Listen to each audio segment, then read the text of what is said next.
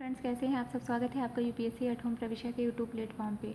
हम जो यूपीएससी और यूपीपीसीएस की मेंस आंसर राइटिंग कर रहे हैं, जिसमें हमने जो टारगेट रखा है डेली 5 क्वेश्चन की आंसर राइटिंग करने का, उसी सीरीज़ में हमारा ये क्वेश्चन है जीएस पेपर 6 से। हमारी जो ये मेंस की सीरीज़ चल रही है वो यूपीएससी और यूपीपीसीएस के पीवाईक्यू पे बेस्ड है, जो कि करंट के साथ अपडेट करते हुए आप लोगों को कराई जा रही है। आप लोग चाहें तो इस सीरीज़ के माध्यम से अपनी मेंस की तैयारी को और बेहतर कर सकते हैं। ये आज की सीरीज़ का 5th क्वेश्चन है। इसको हम देखेंगे, उत्तर प्रदेश की राजस्व व्यवस्था के समक्ष प्रमुख चुनौतियां क्या हैं। क्वेश्चन क्या है, उत्तर प्रदेश की जो राजस्व व्यवस्था है उसके समक्ष कौन सी चुनौतियां विद्यमान हैं। सबसे पहले हम इसका इंट्रो देंगे। इंट्रो में हमने क्या लिखा है कि उत्तर प्रदेश देश की सर्वाधिक जनसंख्या वाला एक कृषि प्रधान राज्य है। इसका कुल राजस्व 5.70 लाख करोड़ रुपीज़ है।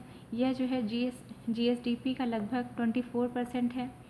अपनी विकास संभावनाओं को सार्थक करने के लिए यहाँ भारी निवेश की आवश्यकता है। निवेश हेतु धन प्राप्ति का सबसे बड़ा जो स्रोत है राज्य की राजस्व व्यवस्था है।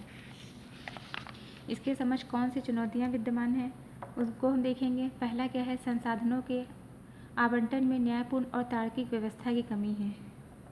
जो संसाधनों का आवंटन है वह सुनिश्चित रूप से जो है नहीं हो पाया है, उसमें न्यायपूर्ण और तार्किक व्यवस्था की कमी देखने को मिलती है। दूसरा क्या है, राजस्व प्राप्ति के स्रोतों का कमजोर होना। राजस्व संग्रह के समक्ष जो है बहुत सी चुनौतियां व्याप्त हैं, जैसे कर चोरी, भ्रष्टाचार, कुशल कर प्रणाली की कमी के कारण राज्य सरकार को राजस्व संग्रह में भी चुनौतियों का सामना करना पड़ता है। नेक्स्ट है बढ़ती जनसंख्या।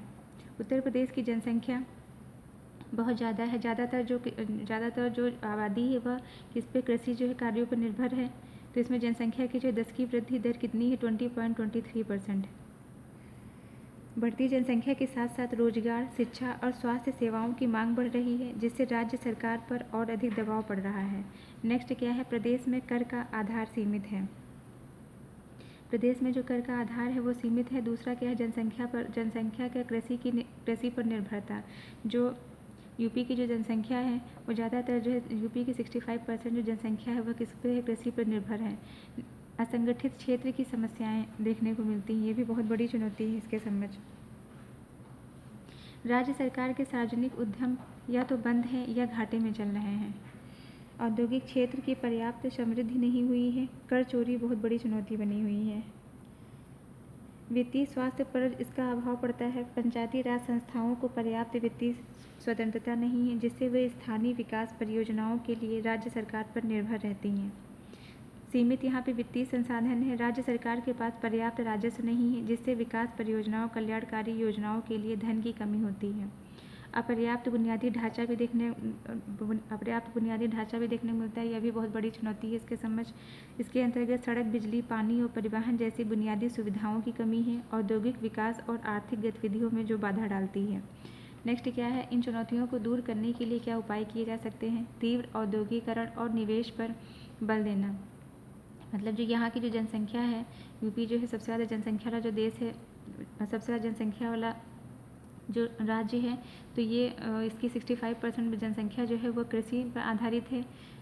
तो यहाँ पे क्या करना है, यहाँ पे एमएसएमई, लघु एवं सूक्ष्म लघु उद्योग का सही रूप से क्रियान्वयन किया जाए, जिससे जो है रोजगार का सृजन हो सके, जिससे उनकी आय में वृद्धि हो सके,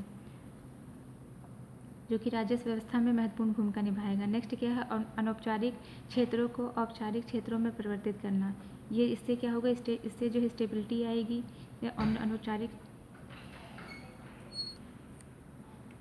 खाद्य प्रसंस्करण उद्योग पर बल देना। खाद्य प्रसंस्करण उद्योग 2023, ये भी जो है इससे भी राजस्व व्यवस्था के समय जो चुनौतियाँ व्याप्त हैं उसको दूर किया जा सकता है। ऑनलाइन कर भुगतान प्रणाली को सुचारू रूप से जो है लागू करना। सार्वजनिक उद्योग में निवेश करना। एफडीआई बढ़ाने के प्रयास करना। इसका उदाहरण ग्लोबल इन्वेस्टर समिट 2023 के माध्यम से देख सकते हैं।